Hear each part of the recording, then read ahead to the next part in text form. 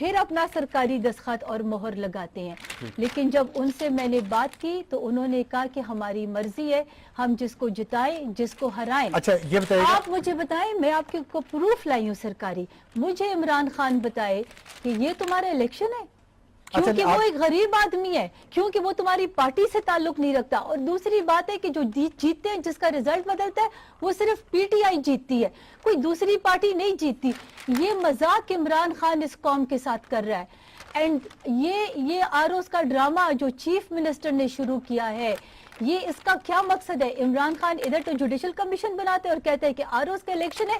یہ بتائیں کہ آپ نے اپنے آروز کو یہ کہا ہے کہ پی ٹی آئی کے لوگوں کو جتواؤ اور سیاسی پارٹیوں کے لوگوں کو ہرواؤ.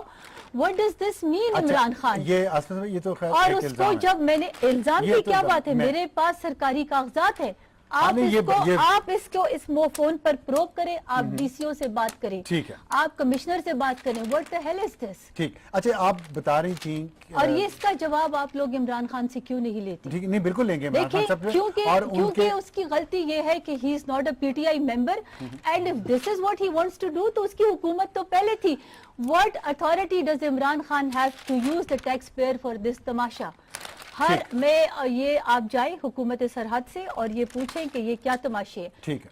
اچھا شاہد سید صاحب, جیسا کہ ابھی آسمہ صاحبہ کی گفتگو تو آپ نے سنی, مجھے یہ بتایا گیا, انہوں نے پہلے پروگرام شروع ہونے سے پہلے ذکر کیا کہ 25 خواتین کو بند کر دیا ایک پولنگ اسٹیشن میں, ان کی جو حامی تھیں, اور فوج نے آ کے ریسکیو کروایا. اب فوج بھی تھی, رینجرز بھی تھے, پولیس بھی تھی, یہ کس کے انڈر ہوتے ہیں؟ یہ الیکشن کمیشن کے انڈر ہوتے ہیں یا صوبائی حکومت کے انڈر ہوتے ہیں؟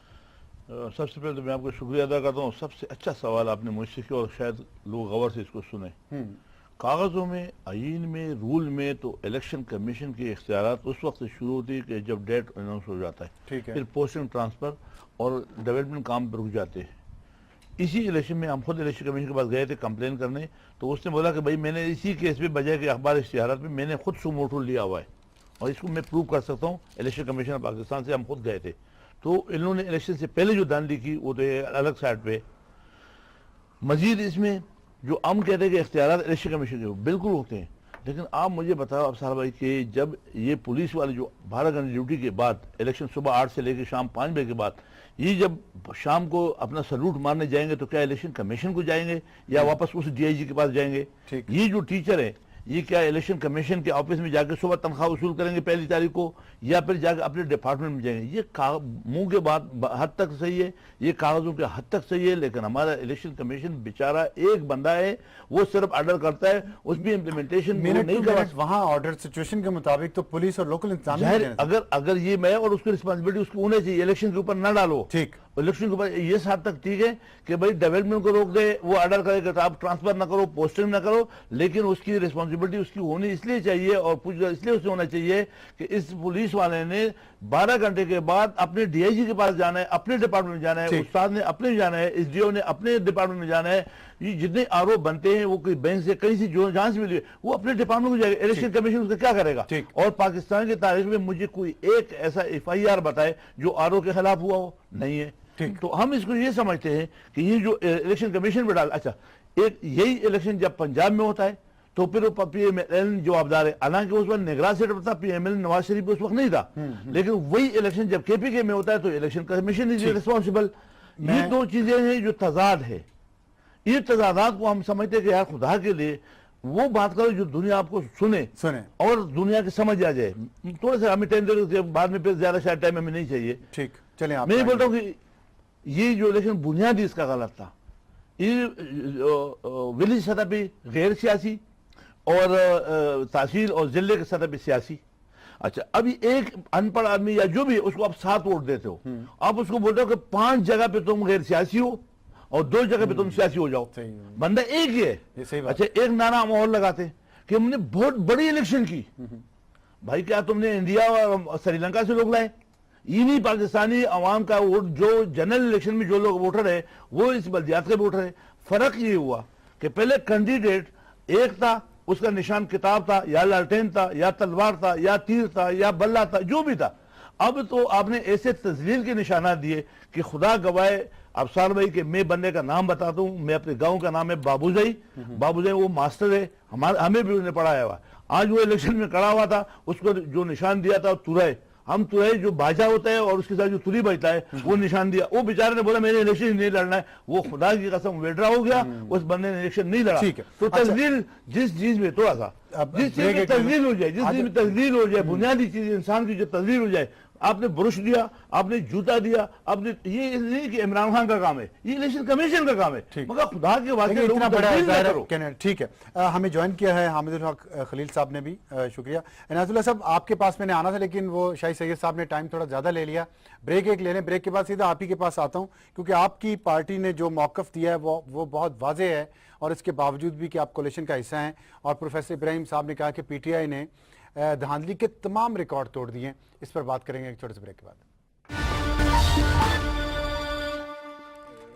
پروگرام میں دوبارہ خوش آمدید. عنایت اللہ خان صاحب آپ کی طرف آ رہا ہوں, یہ بتائیے گا پروفیسر ابراہیم صاحب نے جو کہا ہے کہ پی ٹی آئی نے دھاندلی کے تمام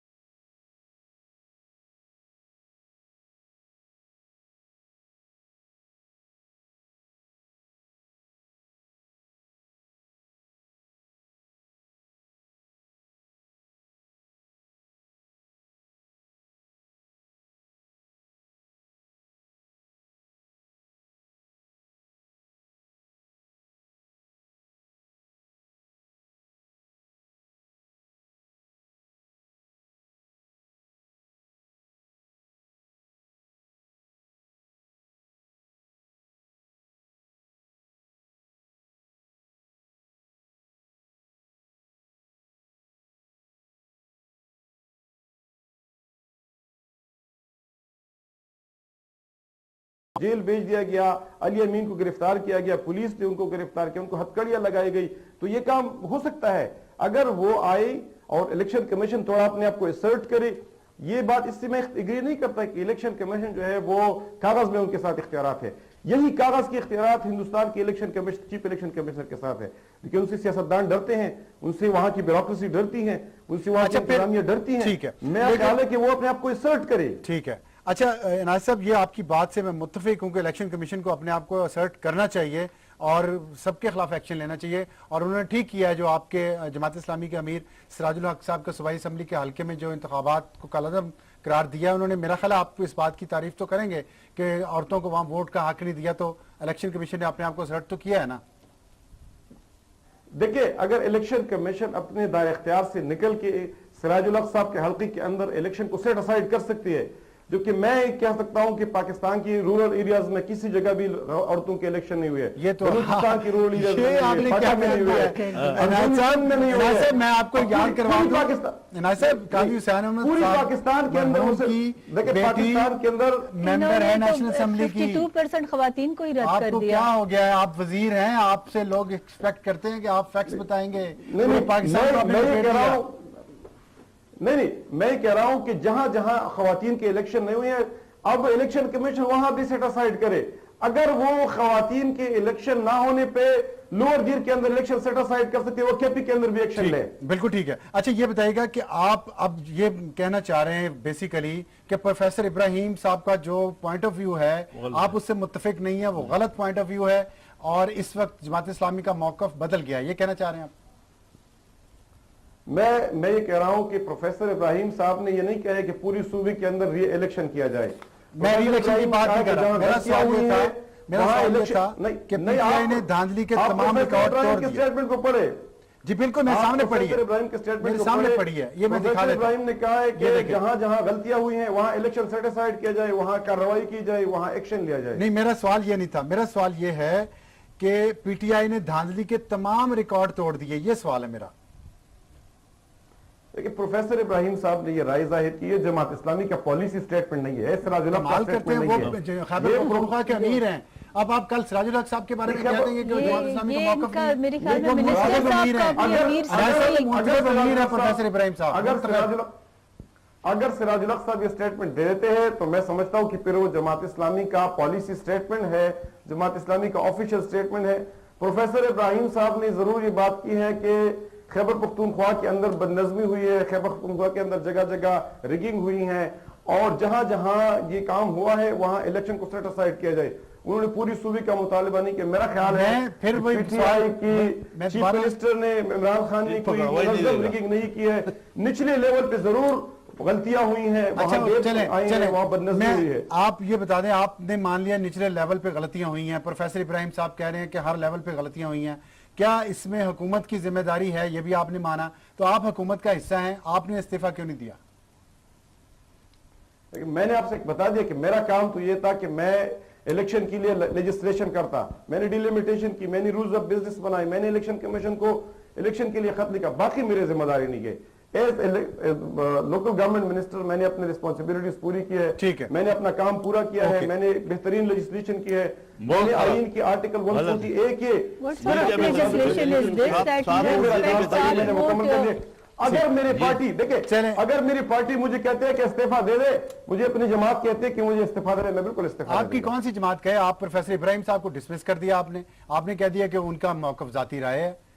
کون سی جماعت آپ کو؟ آپ کل میں نے آپ کو یہ بتا دیا کہ پروفیسر ابراہیم صاحب نے اگر یہ کہا ہے کہ پی ٹی آئی کی لیڈرشپ اور پوری حکومت اس میں انوالو ہے ریگنگ میں، تو میں نے یہ کہا ہے کہ یہ اگر یہ آپ کی ان کی سٹیٹمنٹ کی انٹرپریٹیشن ہے، میرے نہیں ہے، لیکن اگر آپ کی انٹرپریٹیشن ہے تو میرا خیال ہے میں اسے نہیں کرتا. حامد الحق صاحب، آپ معاف کیجیے گا، آپ کو ظاہر ہے تھوڑا لیٹ بھی آئے تھے، اس لیے ٹائم بھی تھوڑا لیٹ ہی ملا، لیکن یہ بتائیے گا کہ جو ابھی میں نے آپ کو خبر بھی پڑھ کے سنائی، جماعت اسلامی اور عوامی جمہوری اتحاد دونوں آپ کے اتحادی ہیں اور دونوں کو شکایت ہیں. اس پہ عمران خان صاحب نے افسوس کا اظہار بھی انہوں نے پبلکلی پریس کانفرنس میں کیا اور جماعت اسلامی کا تو نام لے کے بھی کیا انہوں نے. تو آپ کیا سمجھتے ہیں کہ آپ کی جماعت ناکام ہو گئی ہے منصفانہ انتخابات کروانے میں وہاں پہ؟ بسم اللہ الرحمن الرحیم. سب سے پہلے تو آج کا بہت شکریہ. بات یہ ہے کہ اس الیکشن کے اس میں جو باتیں ہو رہی ہے کہ ریگنگ ہوئی ہے یا کسی بد نظمی کی وجہ سے، تو حالات کو سمجھنے والی بات ہے. 30 مئی کا جو دن تھا وہ سب سے ہارٹیسٹ ڈے تھا کے پی کے کا، گرم. اب اس میں یہ ہوا کہ جب لوگ ووٹنگ ایک یو سی میں 50 کینڈیڈیٹ تھے مختلف عہدوں کے لیے، جنرل، کسان، یوتھ. سر میری ایک بات سنیں نا، ابھی میں پھر آپ بات کر رہے ہیں. اب ہر کینڈیڈیٹ اپنے ساتھ 100 ووٹر لے کر آئے تھے کہ یہ میرے ووٹر ہے، سب سے پہلے یہ ووٹ ڈالے. اسی پہ بد نظمی پہلی. اب ایک پولنگ سٹیشن پہ 3-4 پولیس والے 1500-2000 بندوں کا کیا کر سکتا ہے؟ صحیح بات ہے. مطلب ایک سوال پوچھ لوں چھوٹا سا یہیں پہ، پھر اس میں پی ٹی آئی کا قصور ہے، اس میں الیکشن کمیشن کا قصور ہے، یا اس میں اللہ میاں کا؟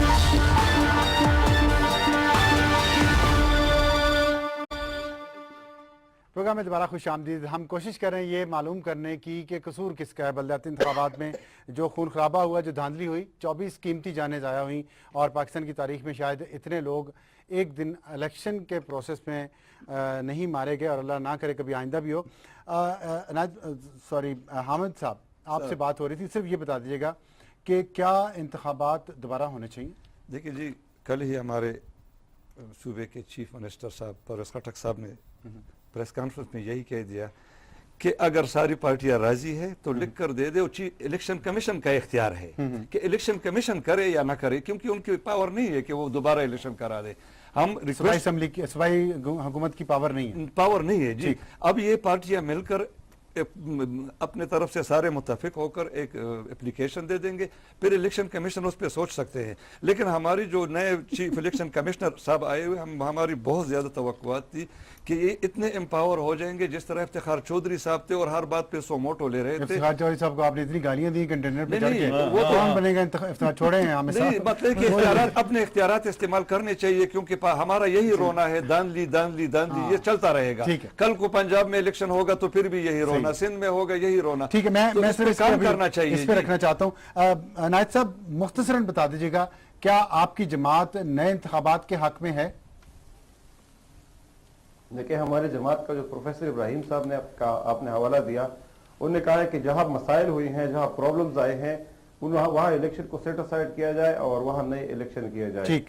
لیکن اگر جس طرح حامد الحق صاحب نے کہا، عمران خان کا موقف آیا ہے، اگر ساری پولیٹیکل پارٹیز متفق ہو کے الیکشن کمیشن کو دوبارہ کہتی ہے کہ الیکشن کرے تو ہم اس پہ ہمیں کوئی اعتراض نہیں ٹھیک ہوگا. آگے، لیکن اس کا جو خرچہ ہوگا اربوں روپیہ لگا ہے ان انتخابات پہ، تو پھر دوبارہ ہوں گے تو جو ذمہ داران ہیں کیا ان سے خرچہ بھی نکلوایا جائے گا اور ان کو سزا بھی ملے گی؟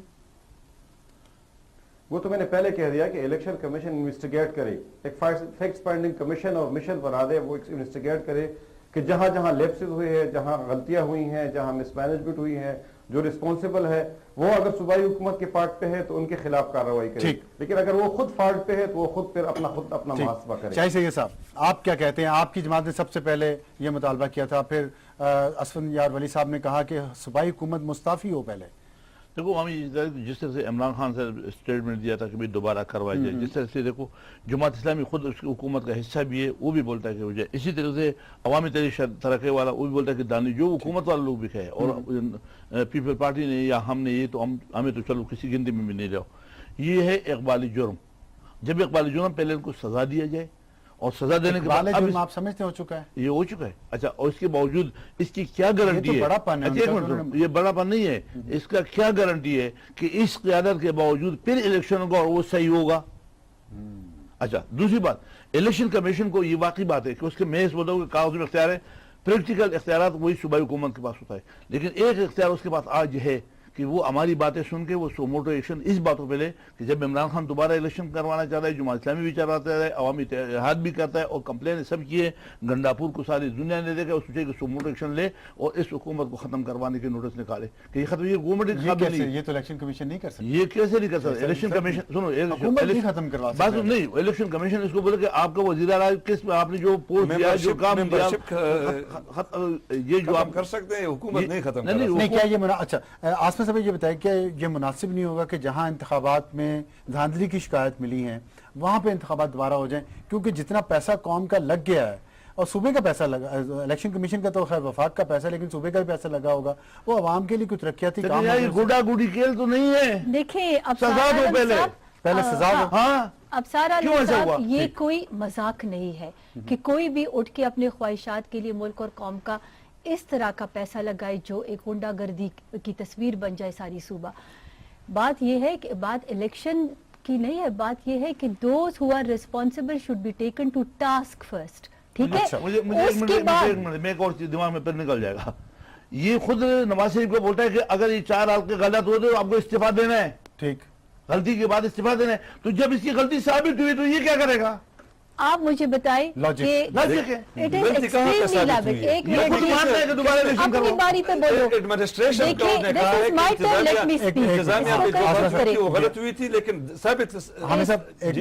دیکھیں، دس از، یہ کوئی مذاق نہیں ہے. Those first who are responsible, صوبائی حکومت اور انتظامیہ are responsible, the chief minister is responsible plus the I G K P کے. ان کا پہلے احتساب ہوگا، ٹھیک ہے. اس کے بعد اگر دوبارہ اس انتظامیہ کے نیچے آپ الیکشن کریں گے تو یہ مذاق ہے کیا کے پی کے عوام مذاق ہے؟ ان کو مذاق لگتے ہیں. آئی جی صاحب کی رپیوٹ تو بڑی اچھی تھی لیکن اس حکومت نے ان کو ڈبو دیا.